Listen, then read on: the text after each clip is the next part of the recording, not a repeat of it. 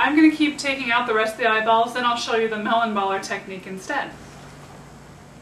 Here's the melon baller technique, which is how I painstakingly made all my eyeballs until I found the truffle molds that are so much easier. I use the smaller side of the melon baller scoop because I think that's closer to eyeball size. It also makes your mixture go a lot farther and you get more eyeballs out of it, especially because you'll see that this technique has a lot of waste involved because you have to leave the space in between the eyeballs to be able to scoop out the next one. So what we do is kind of put it face down a bit, because you have to, there's a little bit of skin on the top of the gelatin here, so you want to cut through that very slowly and carefully. Bring the scoop around so you have as close to a globe shape as you can. It's very difficult to get this to be very round, especially through the gelatin. But that's not too bad considering that you have to use a melon baller. So then you have a flat side or not so good side. You set that down on the plate and you keep going for as many as you can stand.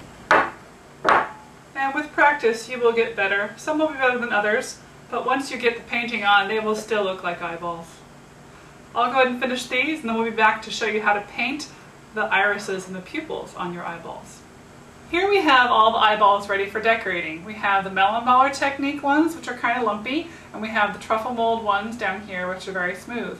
And notice that they are arranged on the plate the way they're going to stay for serving. The eyeballs are sturdy enough for people to lift up one eyeball and say, "Ew, it feels just like an eyeball," and then eat it, but you're not going to want to handle them too much, like picking them up and moving them around on the plate for painting. They're too fragile for that. So put them where they're going to stay and then paint them in place, and then go ahead and cover, put it in the fridge, and it's ready to go from fridge to party table. So that's what my plan is. Now I'm going to show you how to paint them. You need a watercolor brush, as fine a tip as you possibly can get. I have a very, very, very fine tip watercolor brush. You want a watercolor brush because that means that the bristles will bend. They aren't stiff bristles like oil paint brushes. That means it won't rip the surface of your eyeballs. And we wouldn't want ripped eyeballs now, would we? So I make all my eyeballs blue because it's easier to just keep on painting one color when you're going for it. But also, when we dissected cow's eyes when my mom was a teacher when I was growing up, all the cow's eyes, even though they were brown when they were living, after the eyes had been frozen, they were all blue. The melanin dissipated. So that's my story and I'm sticking to it. That's why all my eyeballs are blue. They have been frozen and thawed for the party. So I have the blue gel food coloring again. But I want to water that down because it's going to be much too dark blue for the irises. So this is my little bowl of water here, and I'm using a white plate, then I can see what color it's going to be. Go ahead and make it as thin as you can. Here's one of the eyeballs from the truffle mold, so it's nice and smooth, and it has that little raised area that was a swirl that is perfect for the cornea. So draw your circle around the outer edge of the iris first. Then you take the lines and you pull gently from the outer edge of the circle toward the center. You don't go all the way to the center because you want to leave less color around the pupil than around the outside edge of the iris. That's a more realistic eyeball.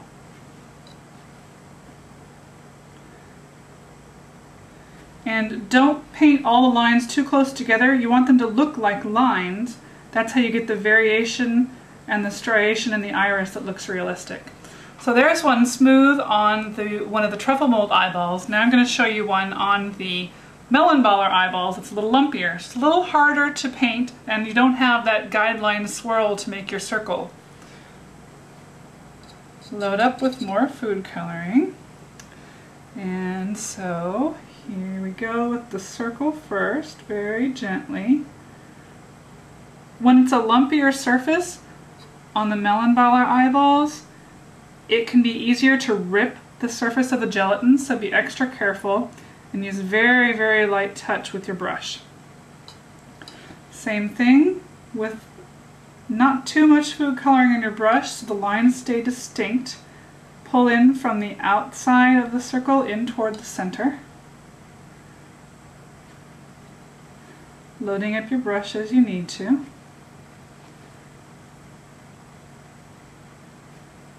And use a very light touch on this too, because that's really easy when you're flicking the line to rip your eyeball.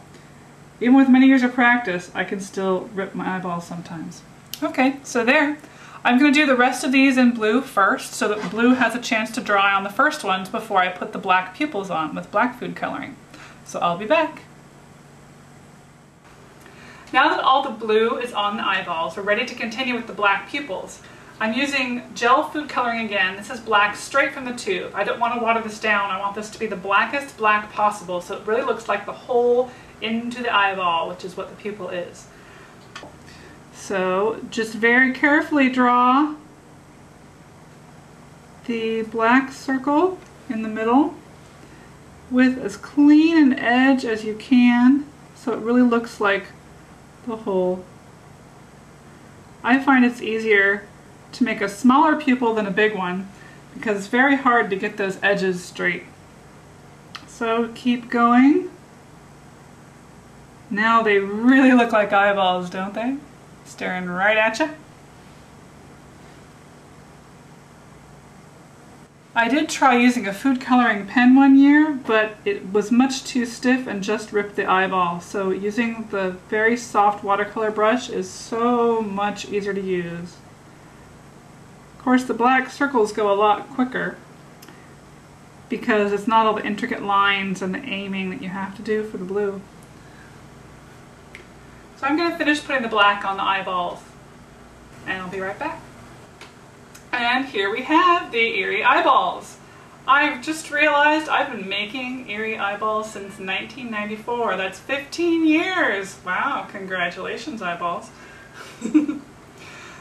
These are perfect for any Halloween party table, as well especially for a mad scientist display. Having gelatin body parts just makes that mad scientist display, the lab, all the more accurate. So you will want to refrigerate these. I put plastic wrap over them to protect them from the rest of the fridge. Put them in the fridge, not the freezer. What happens is if you try and freeze them now that they've been painted, once you thaw them, all the moisture will thaw and run and make the eyeball have all this condensation, and that will run your paint. I did try that one year, I found out that the hard way. So don't do that. Fridge is fine though.